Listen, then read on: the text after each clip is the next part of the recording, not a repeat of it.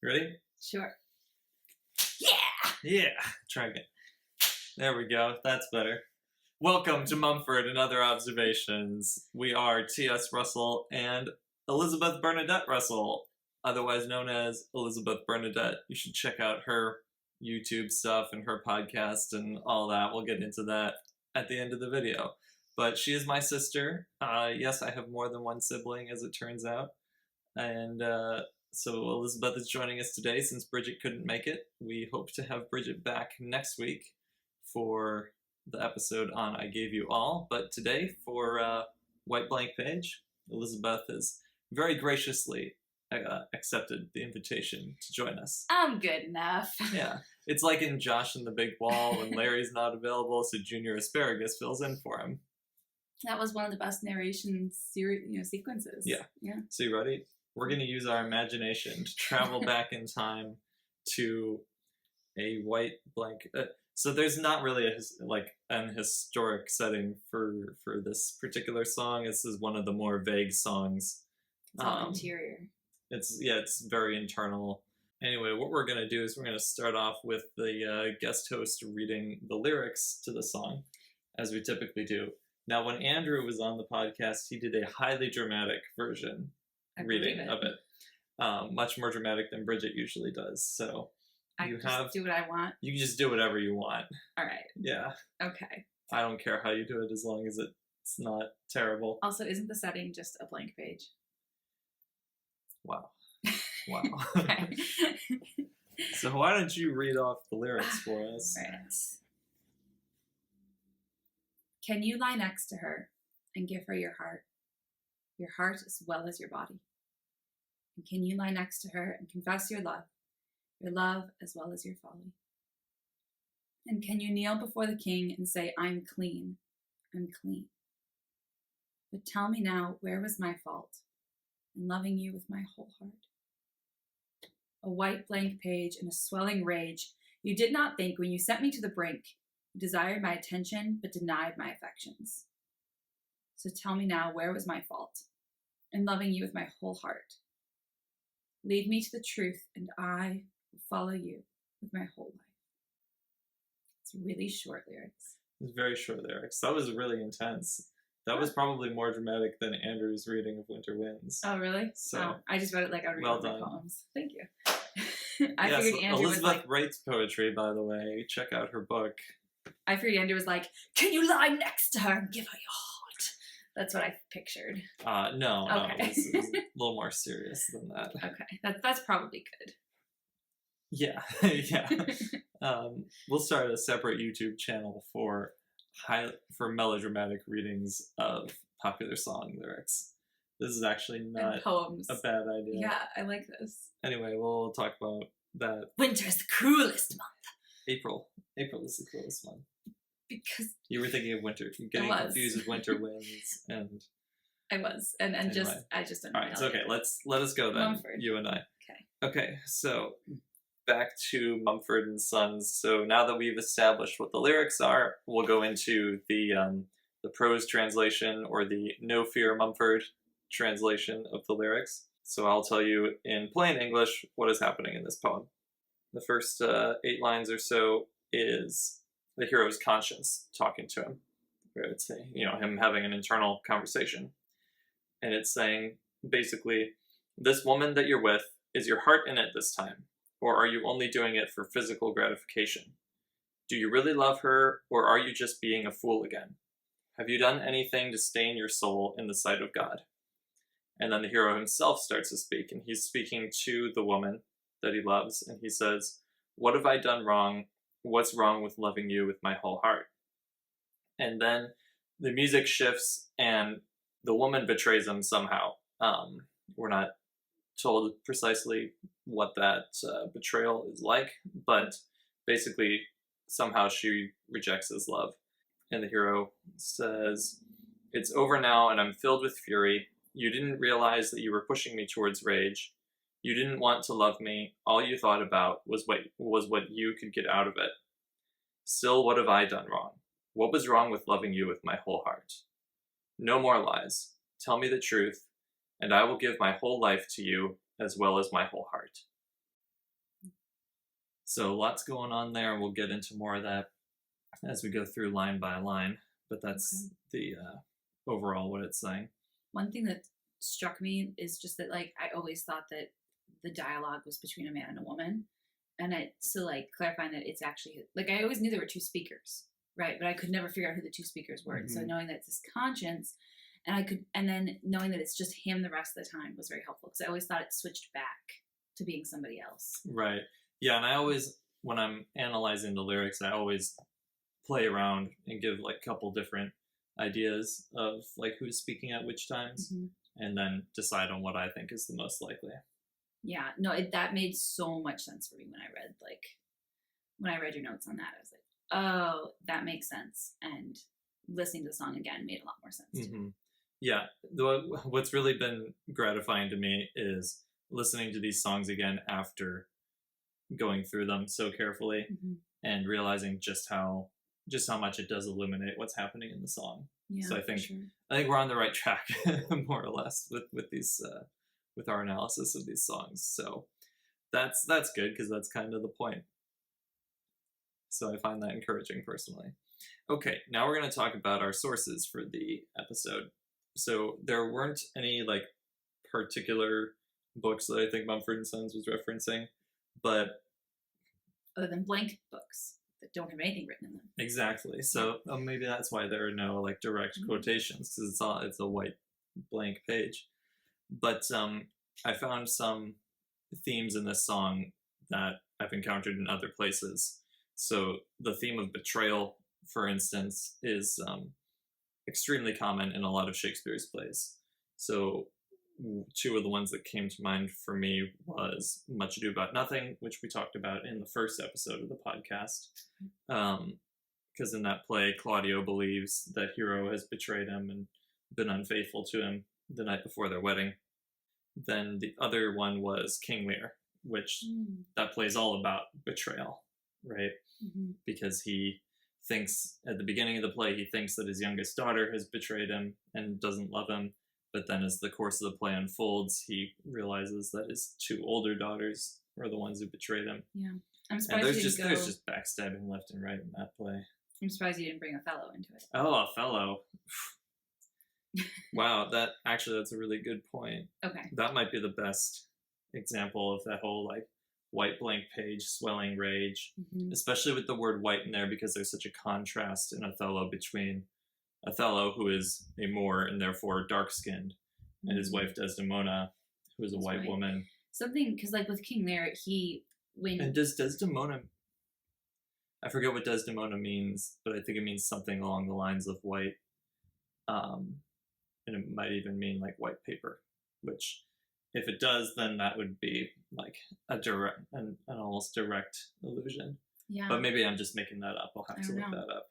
Something that, like, with King Lear, he gets very petty over, like, the past, over, what's his daughter's name? Cordelia, like, her betrayal of him, because, look at how, like, this life up till now, you've always been the nicest one to me, all this stuff. Whereas with Othello, when he thinks that Desdemona has betrayed him, it's like nothing from the past means anything. Right. He just assumes it's all completely blank. This past that they've had, and that there's no life to anything that they've had together. So he considers the past to be a white blank page that doesn't mean anything? Like, yeah, their whole story. I think we just unlocked the secret of this song, and that secret is Othello. So I'm just going to throw all these notes that I wrote out the window. They're also really good. We'll keep talking about these things. The Othello thing doesn't really contradict anything that we came up with to talk about today. So that's good. But that's really interesting. Thanks. Yeah. Well, thank you for bringing up that point. I'll have to think more about that. So the other source that I wanted to talk about is something that shares a lot of themes with this song, is the Theology of the Body by Saint Pope John Paul II. Quite a name. Yes. We just call him JPII usually because it's even shorter. Tack on the great at the end there. Yeah. Saint Pope John Paul II. Saint Pope John Paul II, the Great. It's clunky. I don't think anybody says that. So we've teased this source a couple different times in this podcast. It's come up in, I I think it came up last episode in Roll Away Your Stone, or was it Winter Winds? I can't remember. But it definitely came up in Sigh No More, with the episode on Sigh No More. So I figured we would formally introduce it here in this episode and use it as a more formal source to talk about. There's a particular theme in this song and in Theology of the Body, and that theme is the language of the body, which is not to be confused with body language. It's something else. But we'll get to the language of the body later, but for now I just want to introduce Theology of the Body itself. So basically, with the Theology of the Body, John Paul II was trying to answer the same question that Mumford and Sons is trying to answer with their songs, which is, what was man made for? That's a theme that we've been examining pretty closely in this album so far. And because they both rely so much on scripture and on keen observations of human nature and behavior, they end up discussing a lot of the same ideas. So I think that's why we're seeing so many parallels between them. What is Theology of the Body, then? It's a series of 133 talks delivered by St. Pope John Paul II the Great during his Wednesday audiences from 1979 to 1984, so like 4 to 5 years. The work itself seeks to answer the age-old questions of the relationships between spirit and body, God and man and woman. What does it mean for man to be a creature of both body and soul? Why did God create him that way, and how does that affect love and marriage? It's far more than just a reiteration of the Catholic Church's teachings on marriage and sexuality. His work really gets at the core of what it means to be human, and it takes our understanding of the sexual nature of the human body to a whole new level. So it's a really cool thing. We each studied it for a whole semester in college, and it was, oh man, I think I've said this before, but I got more headaches during that class than any other class that I took, because I got more excited in it. I mean, I think, we had those reactions for the same reason, because it's so intense, it's mind-blowing. His writing style is very difficult to follow, though, and that's what gave me the headaches. But it's just so beautiful. It is, yeah. It's overwhelming. Light. It's cool because it gives a whole new light to almost anything that you were to look at in life. Yeah, that's true. So if you haven't read Theology of the Body, highly recommend it. It very much elevates the dignity of the human person. Yeah. Yes, he's very much about personhood. John Paul II is the coolest. I do have a video of me reading the first page of the Theology of the Body, so you can check that out. A little banner in the video. Yeah, there will be a little banner that you can click on.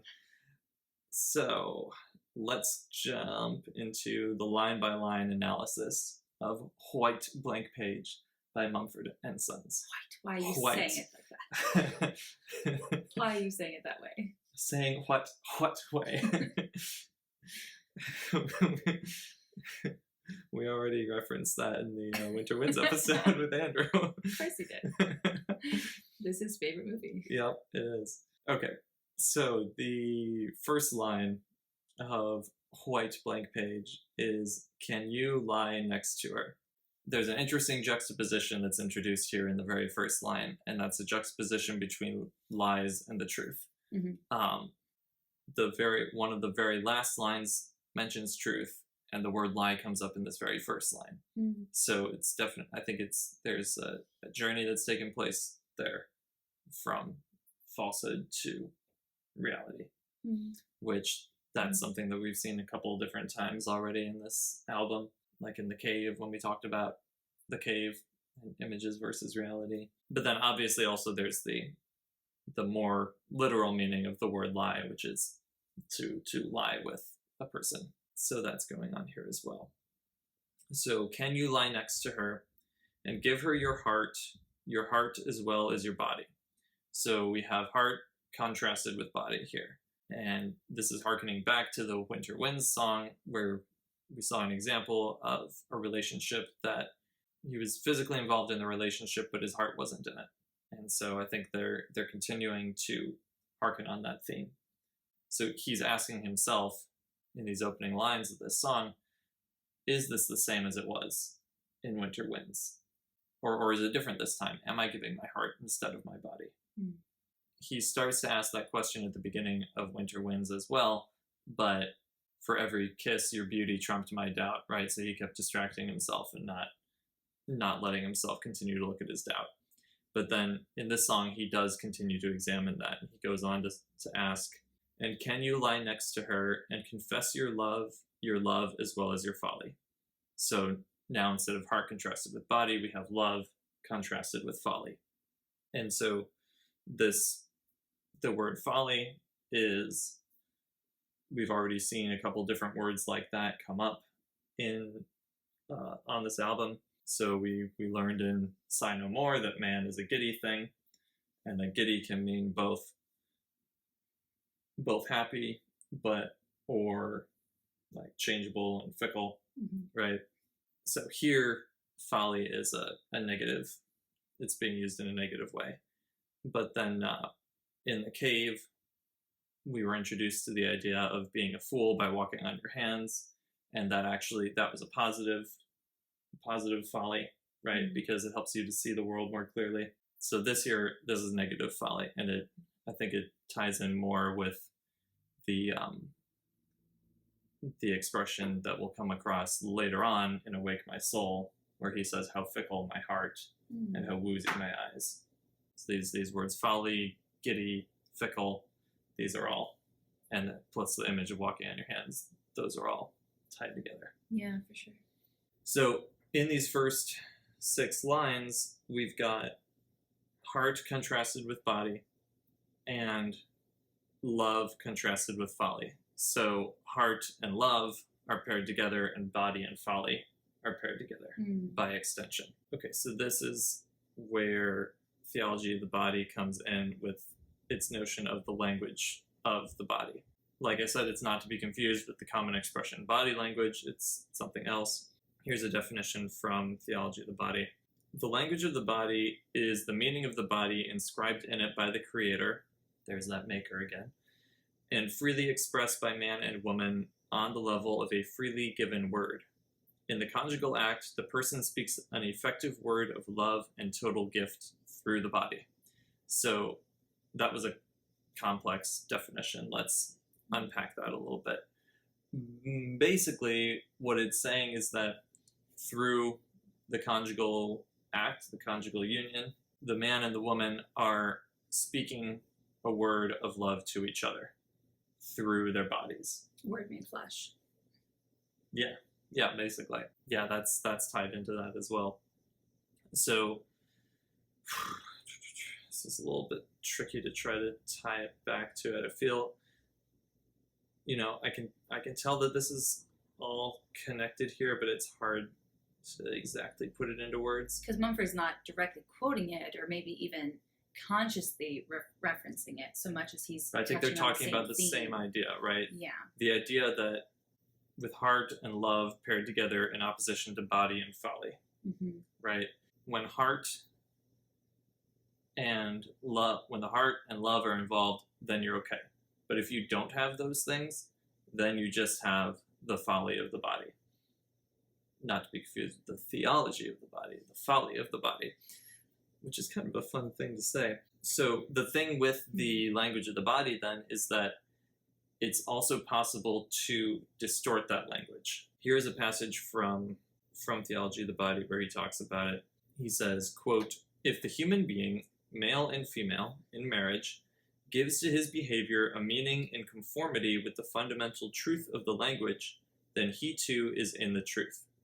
In the opposite case, he commits lies and falsifies the language of the body. End quote. Basically what he's saying is if you engage in the conjugal act, in the marital act, without the involvement of the heart and love, then you're not speaking the truth with the language of the body. You're using the language of the body to tell a lie. And which ties in back with that word lie that we saw at the beginning of the song. So he's wondering if this act of lying with this woman is an act of lying to this woman. Now, isn't there something that he's getting at that has to do with, like you said, if there's not the heart, there's not love, then it's just the folly of the body. But isn't there something where, like, if he also just removed his body, then he would remove that relationship to her. And then to have love and heart would just be desolation as well. Be like Right. hopeless longing. I think so. I think Mumford interprets the term heart not to be something strictly spiritual, because the heart or has emotional. right. The heart has traditionally been understood to be the place where body and soul and mind all meet together. Okay. And I think with the way that it's used in Winter Winds, I think it indicates that the way Mumford understands the heart is that it's part of the fleshly reality and the spiritual reality, and where those two meet. Okay. I'm not sure where were you? What was your question again? I was just asking if he was drawing the body into the equation of love in the song. Yes. So Because it just seems give her your heart as well as your body. right, because So I think it's a given that the body is involved. yes. Can you lie next to her and give her your love? It's like give her your heart or your love. Your heart. Your heart. So there's that. We already have an image of this very intimate moment, right? That necessitates the body. So, like I said, it's a given and then it's okay. So that's a given, but there has to be more to it than just what was there in Winter Winds. Right. And in the traditional Catholic understanding, part of that something more would be marriage. Mm-hmm. And so I think it's implied in the song that this is outside the context of marriage. Okay. Or at least if we're looking at this album as a story, I don't think we're in marriage yet. Okay. I think you're right. So which could be part of the reason why spoiler alert, this relationship goes downhill. But most people who are a little more secular minded don't see a problem with sexual relations outside of marriage, except in the context of Winter Winds, where right, as long as love is involved. Yeah. Right. Then they think that it's okay. So I'm not entirely sure. I don't think Mumford is like making a statement in the song about whether or not sexual relations outside of marriage is okay. What's happening here is he's using this concept of the language of the body to examine whether or not the truth is being told in this relationship. Right. Yeah. In all ways. Mm-hmm. On all the levels. Yeah. Emotionally, right? with love, bodily. Right. And that's because that's true love. That's the goal, right? That free, total, faithful, fruitful gift of self. And this character is more in tune with what the goal is at this point. Yes. Than he had been before. Yes, because he went through that transformative soul-searching journey in Not Awake My Soul, Roll Away Your Stone. He went through Dante's Divine Comedy, basically. He's now looked at himself as he is. Right. He's bringing so much more understanding and so much more commitment to this relationship than he did to the one in Winter Winds. Mm-hmm. Which is why it's then so heartbreaking to him when he gets betrayed later on in the song, which we'll get to that fairly soon here. One more, while we're on the subject of the language of the body, the first indication of that theme that I found in Mumford and Sons was in a different song, actually on a different album. So the song is Broken Crown. It's on the Babel album. And that line is, when I open my body, I breathe a lie. That's also very much about a bad relationship, that song. A relationship that he should not have been in, that serious mistakes were made by just entering into that relationship. And so I think what he's saying there is basically that when he engages in that act with that woman, he's telling a lie. Yeah, yeah. Also, just the line, I'm clean, that like dual yelling it out always makes me think of unclean. When lepers would walk through the streets and cry that out. Right. So it always makes me think, like, is he a leper appearing before the king, I'm clean? Or can he honestly say, I'm clean? Right, and that's what he's trying to ask himself. Yeah. Yeah, that brings us to the next lines, which are, and can you kneel before the king and say, I'm clean, I'm clean? I was thinking we already talked on that one. So. Oh, okay. Yep, no, we are right there now. So I think it's fairly obvious that the king in this case is God. I don't think there are any other viable candidates for that position. So God, the maker, the designer, aligner, etc. So there's that theme again. That theme's not going away from this album. So if you haven't figured that out yet, just accept it. That theme is here to stay throughout the course of this album. This language here seems to be hearkening back to Winter Winds, when he talked about the shame that sent him off from the God that he once loved, right? Mm-hmm. So that shame, that was probably shame of being unclean, right? That, as he says in Sigh No More, my heart was never pure. Mm-hmm. All of that is included in this line here. Also, this image of kneeling will come up a couple other times on the album, in Thistle and Weeds and After the Storm, so we'll talk about that. What's interesting is that he's definitely putting that in a future context, that someday I will kneel before the king, right? Mm-hmm. Can you kneel before the king and say, I'm clean, I'm clean? It's a hypothetical scenario. He's not actually kneeling in front of the king saying it. Right. So he's thinking about his eternal salvation, I think. His final judgment, yeah. Mm-hmm. We have lots of doubting here at the beginning of the song, but it's a good kind of doubt because he's willing to confront it instead of just pushing it away. He's doubting so much, I think, because he can sense that there is something wrong with this relationship, but he hasn't figured out what it is yet. He thinks it's a problem with him. So he's examining his conscience to see whether he can kneel before the king and say he's clean. This time it looks like he might be in the clear, right? In Winter Winds, it was fear of the cold. It was shame that sent him into that woman's arms. But this time, I think it's safe to say that it was because of love. I think he really did love her in this song. Or at least didn't abuse her. Yeah. He did seek for that love in his heart. Right. Instead of just engaging in the relationship without his heart being in it. Yeah. So it goes to show how much of a change has taken place in him in the intervening song in Roll Away Your Stone. After Winter Winds, the change he went through in Roll Away Your Stone is really carrying over into this relationship. And then he says, and this is the first chorus here, but tell me now, where was my fault in loving you with my whole heart? So that image of faults, of failings, of fears, etc., that's come up in every song so far that we've talked about. He thought that he had finally escaped those faults by giving his whole heart to somebody, right? He thought that if only he made the choice to give his heart to someone, then everything would be okay. But it only works that way. Right? But I think what happened in this song is that he gave his heart to the wrong person. And so the question becomes, has love itself become his fault because he gave that love undiscerningly?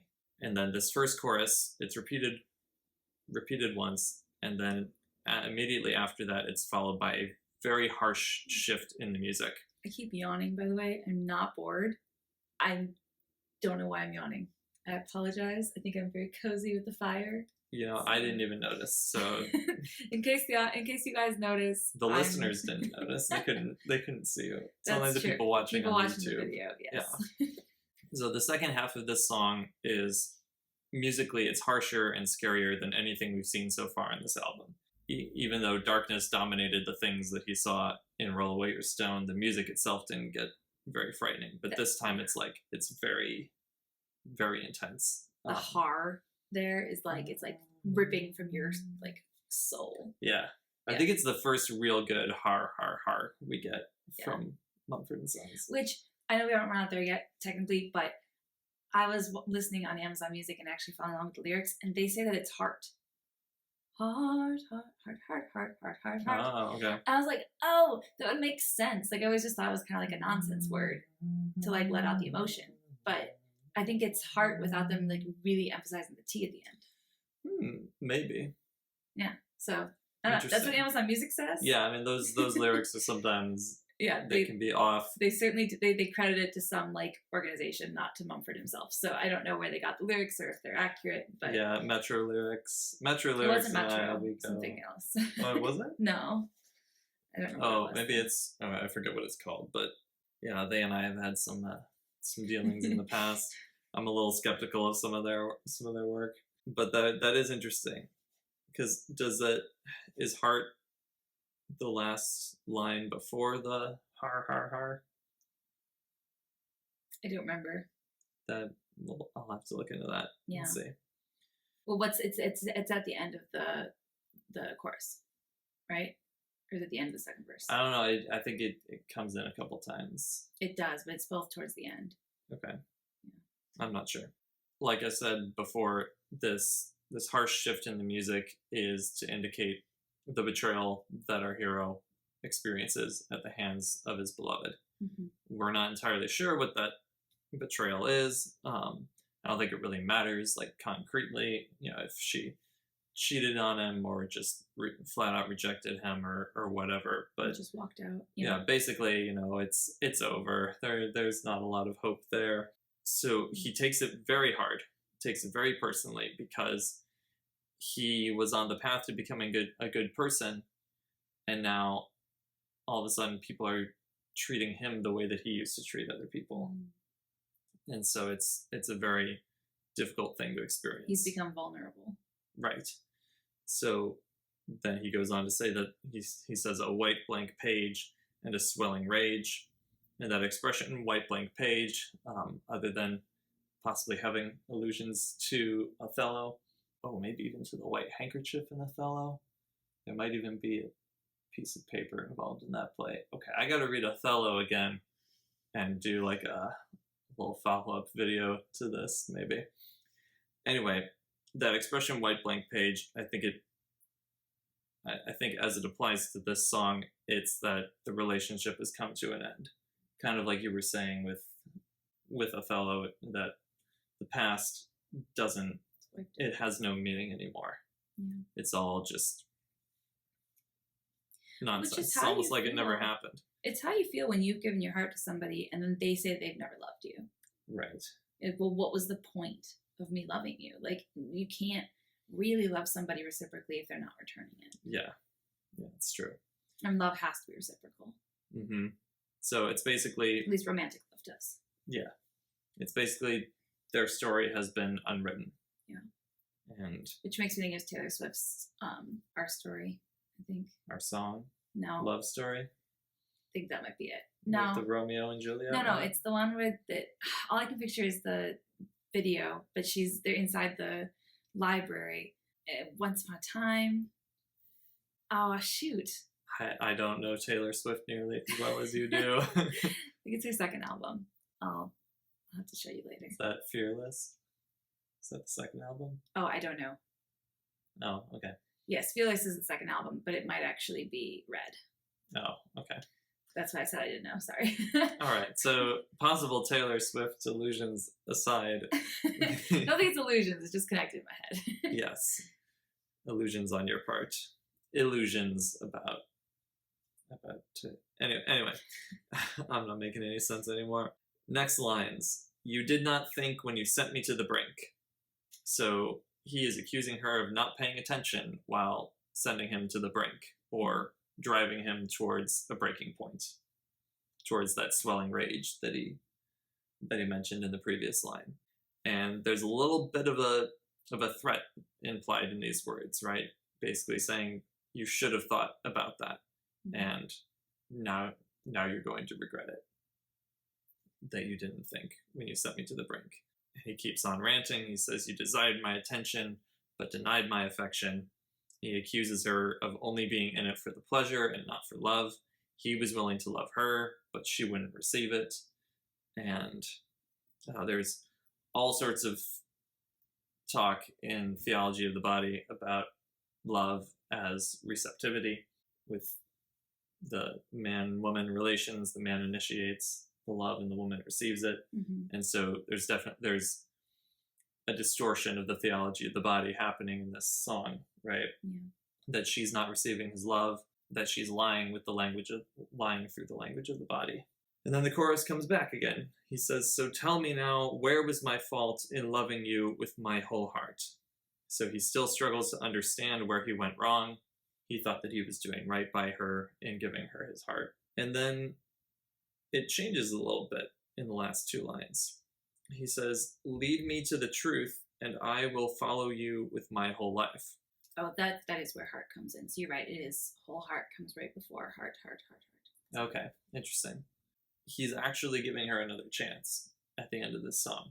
Despite the swelling rage and the white blank page and being sent to the brink and denying his affections, he decides to give her another chance, and he says if she'll stop leading him on just to get something out of him and actually lead him to that truth which will refresh his broken mind, like in the cave, then he'll give her his whole life.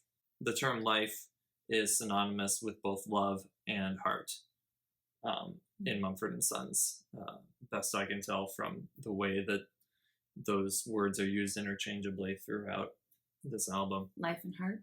Life and love and heart. Where you invest your love, you invest your life, etc. Yeah. So you had said earlier that it was a hopeless separation. There was no hope for this relationship. Right, but there is hope at the end. Okay. He's given her a second chance. I don't know if she takes him up on that or not. In the chronology of the album itself, I think it's fairly clear that she doesn't take him up on it, because the next few songs are also pretty dismal. I think that makes the most sense. I mean, his willingness to learn does not equate her willingness to teach. Exactly. But it's a necessary step. And he might not be saying it to her directly. She might have left. Mm-hmm. But he says to sort of the universe in general, show me the truth. Right. Somebody come along. Show me the truth of how I can love, and I'll do it. Mm-hmm. If anybody can lead me to the truth, I will follow that person with my whole life. Truth, what is truth? What is truth, right? Yeah. Well, and then what does Christ say? I am the way, right? Leading the way, the truth, and the life. Lead me to the truth, and I will follow you with my whole life. So right. Way, truth, and life. Okay. So He's led the way. This is biblical imagery coming up again here. Yeah. God is the one who leads us to the truth. Yeah. God is the one who is the truth, right? Like we just said, the way, the truth, and the life. Which I think further emphasizes that he could just be kind of shouting it out to nobody. Yeah. You know, because it is God who teaches us how to love anyway. Right. So yeah, it's a prayer right there. Yeah. Those words, so tell me now, where was my fault in loving you with my whole heart? So many times in life we can apply that.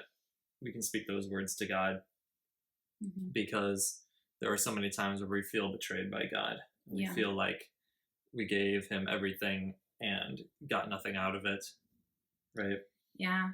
But what's interesting is, at least in my experience, if you do that, if you give him everything and you feel betrayed, it's usually because you didn't give him things that mattered. Right. Right? You sort of gave him things that mattered to you. Yeah. And he was like, great. I'm glad you're giving those things up, and that's not really how you saw it, so then you feel betrayed. Yeah. Anytime that we feel like God has wronged us, it's really us who have wronged God.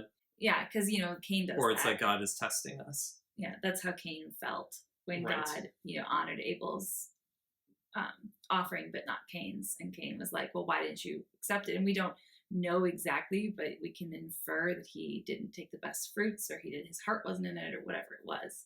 God does not desire sacrifice. He desires love. Right. Yes, it's true. I think it's interesting you brought Cain and Abel into it, because we're going to talk pretty soon about East of Eden, which is John Steinbeck's modern retelling of the Cain and Abel story. Okay. So just wanted to tease that for you all, because Which song? I can't wait. Tim Shell.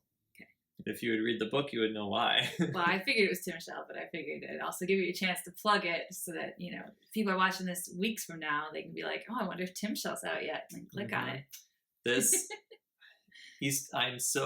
Cannot tell you how excited I am to talk about East of Eden, because it is one of my favorite books of all time. It's like Lord of the Rings, Brideshead Revisited, The Little Prince, Severe Mercy, and East of Eden. If I had to choose 5 books to be stuck on a desert island with, I would choose that. And the person I would want to be stuck on that island with would be Marcus Mumford.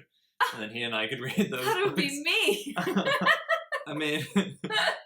It's okay. You can be with Marcus Mumford. You're choosing a famous person. Look, if you want to choose Taylor Swift over me, that's fine. No, I don't think I would. No. Who would you choose to live on a desert island with for the rest of your life? See, if people ask this It question, can't be then I somebody don't you're know where to go romantically with it. interested Like, in. Exupéry, probably. Like, He's dead. So It Steinbeck. has to be somebody Oh, alive. wait, you said I Mumford. said Marcus Mumford. You said Mumford. You have to choose somebody alive. Choose somebody alive? Yeah. Well, then it'd be you or one of my other really close friends. I don't know. Like, I don't think I'd go with a famous person. Okay, no, you have to choose a famous person. That's how this game works. You can't just choose some guy like me. I really like Matthew McConaughey. All right. I can see that. But yeah, like I feel like we'd have interesting conversations, but I think I'd end up liking him too much.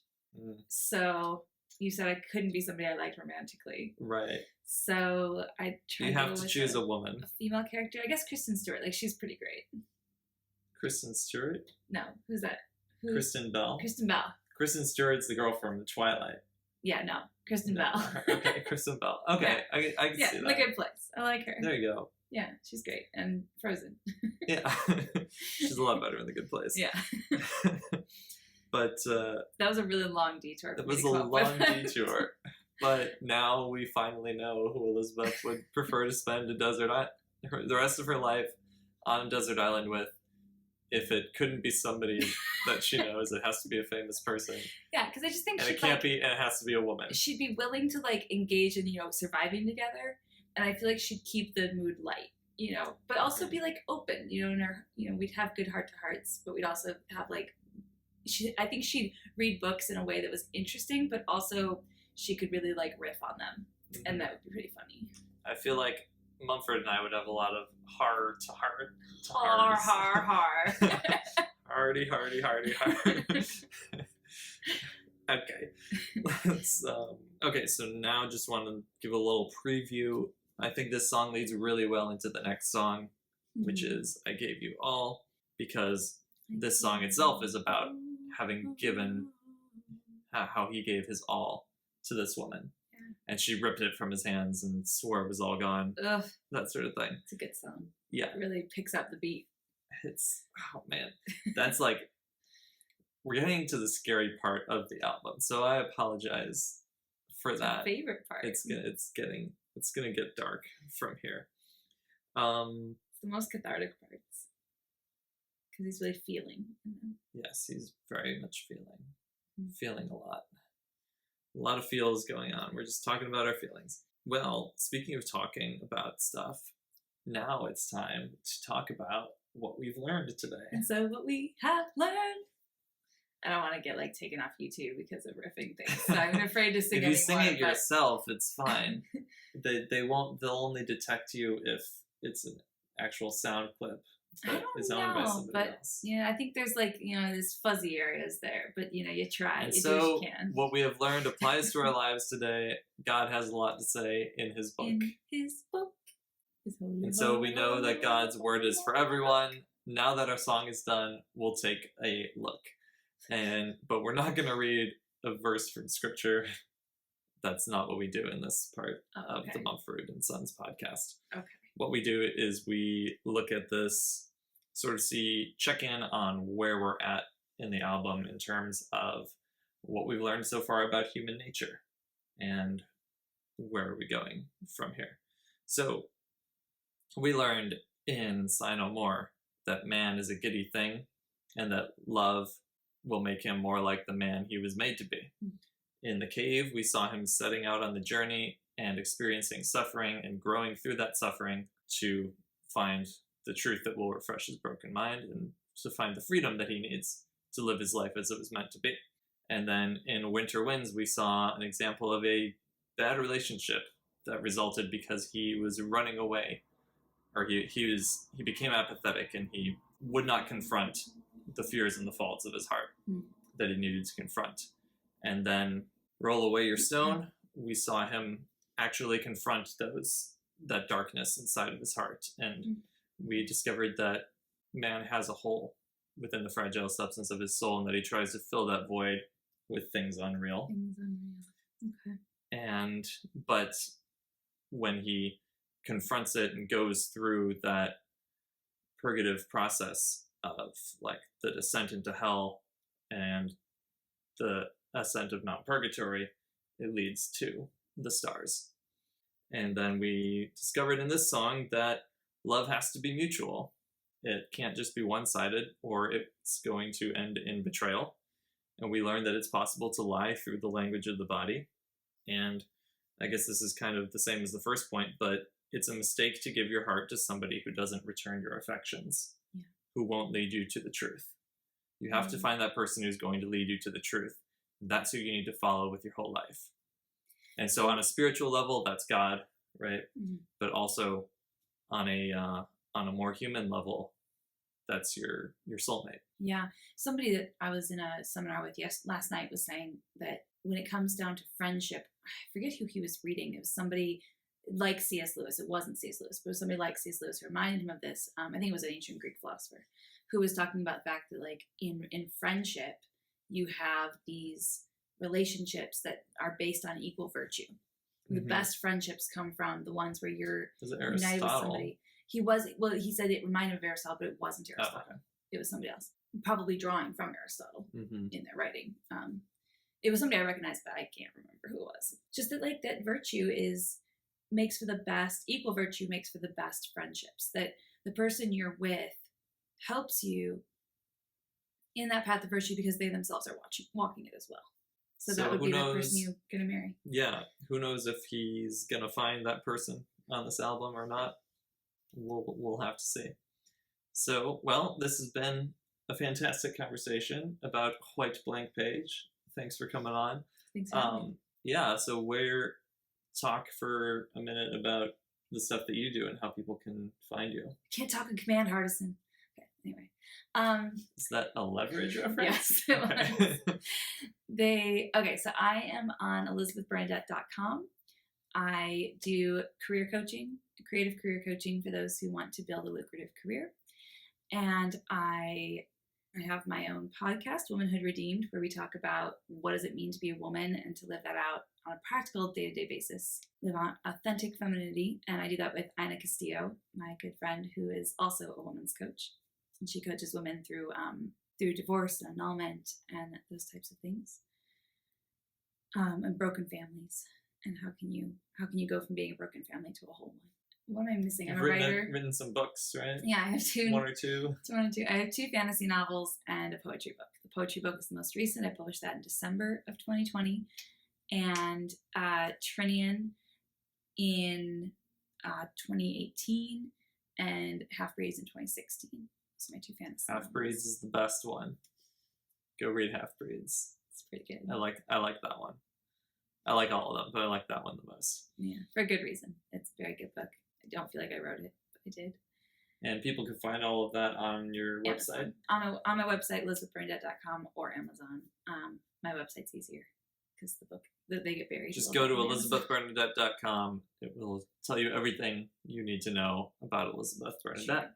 True. And, well, this podcast is a production of The Flight House, so go check us out at buymeacoffee.com/The Flight House. Sponsor and support us. Sponsor and support us so that we can keep making crazy Mumford and Sons videos where we talk about theology of the body and Shakespeare, because that's what we like to do, and hope that you like watching us do that. So anyway, until next time, we are T.S. Russell and Elizabeth Bernadette, reminding you to sigh no more.